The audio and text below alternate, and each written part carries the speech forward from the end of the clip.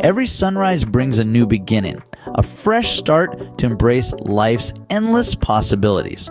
Today, we explore why living each day to its fullest is not just a phrase, but a journey worth taking. Why live each day as if it's your last? Because life is a canvas, and you are the artist. Each moment is a stroke of paint, each day a new hue added to your masterpiece.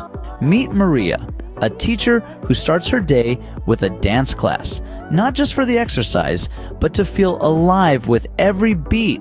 Or Kevin, who, after surviving a serious illness, decided to travel the world, capturing moments through his lens, turning seconds into lifelong memories. And then there's Aisha, who volunteers at a local shelter, finding fulfillment in the smiles she brings to others. These stories remind us that living to the fullest isn't about grand gestures. It's about finding joy in the ordinary, purpose in the everyday. So, what will you do today that makes your heart sing? How will you add color to your canvas? Remember, the best time to start is now.